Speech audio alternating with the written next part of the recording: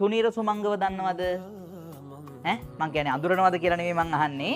ඔයාලා දැකලා තියෙනවද? එයාගේ සින්දු අහලා තියෙනවද? වර්තමාන යුගයේ බිහි වෙච්ච ඇත්තටම මාර්ම ස්වභාවිත ගීත ගොඩක් බිහි කරන ගායකයෙක්. මිනිසුන්ගේ ජීවිතවල තියෙනවා අතීත කාමය කියලා එකක්.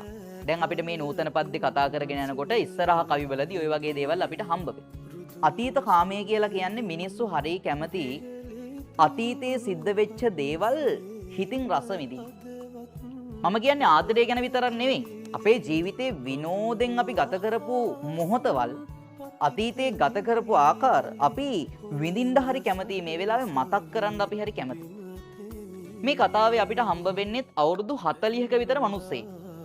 මේ අවුරුදු 40ක විතර මිනිස්සයා දැන් එයා විවාහ වෙලා එයාට දරුවෝ එහෙම ඉන්නවා. මෙයා කැම්පස් එකේ ඉගෙනගත්ත ශිෂ්‍යෙක්. මීට අවුරුදු ගානකට කලින්. මේ මිනිස්සයාට දවසක් සිද්ධ වෙනවා එන්න කැම්පස් එකට මොකක් හරි වැඩකට එන්න සිද්ධ වෙනවා. කැම්පස් එක කොළඹ කැම්පස් එක. කොළඹ කැම්පස් එකට ආවට පස්සේ වැඩේ කරගන්න ආවට පස්සේ එයාට පේනවා එක බංකුවක කපල් එකක් වාඩි වෙලා ආදරය කරනවා හවස වෙලාව. සාමාන්‍යයෙන් කැම්පස් එකේ 3 විතර වෙනකොට ලෙක්චර්ස් ඉවර වෙනවා. 3 ඉඳන් එතනින් එහාට කැම්පස් එකේ කපල් ඕනේ තරම් තැන් තැන් වල වාඩි වෙලා ලව් කරනවා. ආදරය කරනවා. කැම්පස් එකේ එකට තහනමක් නැහැ. ඉතින් අර කපල් එක ගොන් බංකුව උඩ වාඩි වෙලා ඒ දෙන්න ආදරය කරමින් ඉන්නවා කෙල්ලයි කොල්ලයි. මේක දැක්කට පස්සේ අර මිනිස්සයාට මතක් වෙනවා කැම්පස් එකේ එයා ඉන්න කාලෙදී එයාගේ ප්‍රේමවන්තිය ගැන. දැන් එයා කසාද බැඳලා ඉන්නේ යාව නෙවෙයි.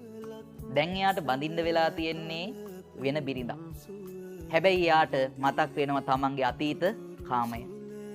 අතීතයේ ඒ තමන්ගේ පෙම්වතියත් එක්ක අර කැම්පස් එකේ තමන්ගේ අවුරුදු 4ක කාලය තුල තමන් එක්ක ජීවත් වෙච්ච තමන් එක්ක ආදරේ බෙදාගත්ත ඒ පෙම්වතිය ගැන එයාට මතක් වෙනකොට මෙයාගේ ඇස් වලින් කඳුළු වැටෙනවා. සාමාන්‍ය මිනිසුන්ගේ ජීවිතවල තියෙනවා එහෙම මගහැරුණු හැබැයි මගහැරුණ එක අපරාධි කියලා හිතන ප්‍රේම කතාවක්.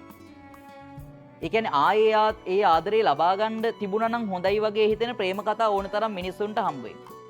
හැබැයි අවාසනාවට එහෙම කරගන්න බෑ. දැන් එයා කොහෙද කියලාවත් මෙයා දන්නෙත් නෑ. දැන් මේ ප්‍රේමවන්තයාට හැබැයි මතක් වෙනවා ඒ දෙන්න ඒ කාලේ ආදරය කරපු විදිහ අර කපල් එක දකින්නකොට. ඇහින්දා මං පරණ කවියක් පුරුදු බංකුව ළඟ තිබි. මම පරණ කවියක් අහුලා ගත්තා අපිට පුරුදු අපේ බංකුව ළඟ තිබිලා. පරණ කවිය කියලා මේ අදහස් කරන්නේ මේ කාව්‍ය සංකල්පනාවක් පුතා. අපි දෙන්න කැම්පස් එකේ ඒ ආදරය කරන කාලේ ලියපු ප්‍රේමයේ කවිය. ආදර කතාව මට මතක් වුණා අපේ. අලුත් කවියක්ද ඒක? නෑ. ඒක පරණ කවියක්. අපි දෙන්නගේ පරණ ආදර කතාව මට මතක් වුණා. එදා වාගෙම අදත් යුවලක් සැඳෑ කල පෙම්සුව විඳි. අපි දෙන්න එදා ආදරය කළා වගේම මේ බංකුව උඩ අදත් කපල් එකක් කෙල්ලෙකුයි කොල්ලෙකුයි ආදරය කරනවා. මේක දකිනකොට මට මතක් වෙන්නේ අපි දෙන්න එදා ආදරය කරපු විදිය. රුදුරු සුළඟින් වියලිතුරුපත් සේම හදවත් බිඳ වැටි කාව්‍ය සංකල්පනාව.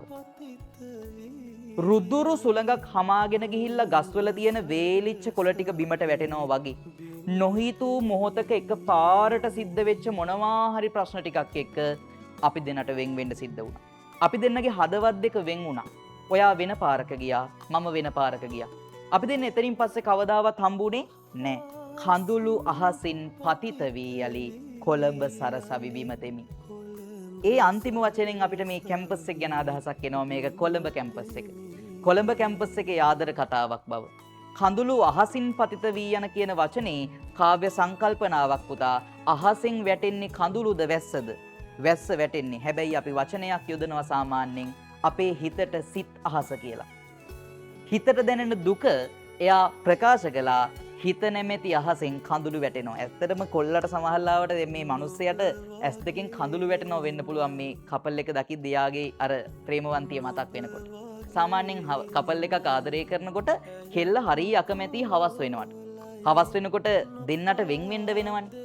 දෙන්නට වෙන් වෙන්න වෙනකොට කෙල්ල හරිය අකමැති. මොකද කෙල්ල හරි කැමති කොල්ලත් එක්කම ඉන්න. එතකොට හවස් වෙන එකට යා අකමැති මූණ මොකක්ද එක වගේ හදාගෙන ඉන්නවා. නුඹ වගේමයි ඇයත් කෝලයි නොපා දෙතොලේ මල් පෙති ඔයා වගේමයි යත් හරි හුරතක් හිරු ගිලී දැයි පමා වේයයි හිඳී අඳුරට දොස් දෙදී. ඉර බැහැගෙන යන එක තව ටිකක් පරක්කු වුණොත් හොඳයි කිය එදා ඔයා වගේම අදත් මේ කෙල්ල අඳුරට කළුවර වෙන එකට දොස් කිය ඉන්නවා. ඊට පස්සේ කියනවා ලියු කවියක අරුත ගිලිහුණි සිව් වසර අවසානයේ අපි ලියපු ප්‍රේම කතාව තේරුමක්ම නැති එකක් බවට පත් වුණා අවුරුදු 4 අවසාන වෙනකොට ඔයයි මමයි වෙන් වෙලා. ප්‍රේමය කියන්නේ අසීමාන්තික දෙයක්. අපිට කවදාවත් ප්‍රේමයේ මතක සටහන් අමතක වෙන්නේ නැහැ. මතක නටබුන් තවම ඇත හද අපේ සරසවි ප්‍රේමය. අපේ ප්‍රේම කතාව නතර වුණාට මට ඔයාව තාම මතකයි. එයාගේ ඇස් දෙක, එයා hina වෙන විදිය, එයා කතා කරපු විදිය, අපි දෙන්න ආදරය කරපු විදිය මට තාම අමතක නැහැ. ඒක මතක් වෙද්දී මගේ හිතට ලොකු වේදනාවක් දැනෙන්නේ. අද වගේමයි හෙටත් බංකුවේ තිබේ වී පෙම් කවි රැඳි. අපි දෙන්න එදා ආදරය කළා වගේම මේ කොල්ලයි කෙල්ලයි අද ආදරය කරනවා වගේම හෙට දවසෙදිත් තව ප්‍රේමවන්තයෙක් ප්‍රේමවන්තියෙක් මේ බංකුවටම තමන්ගේ ආදර කතාව පටන් ගනි. හැබැයි එහෙම ආදරය කරන හැමෝටම මේ ලෝකේ එකතු වෙන්න හම්බ වෙන්නේ අපි වගේම ඒ ආදරය කරන ප්‍රේමවන්තයෝ ප්‍රේමවන්තියොත් සමහර වෙලාවට විරහවෙන් වෙන් වේවි. එක්කවි සංගවන් දෙමග යන අය හමු වේද මග තොට යලි.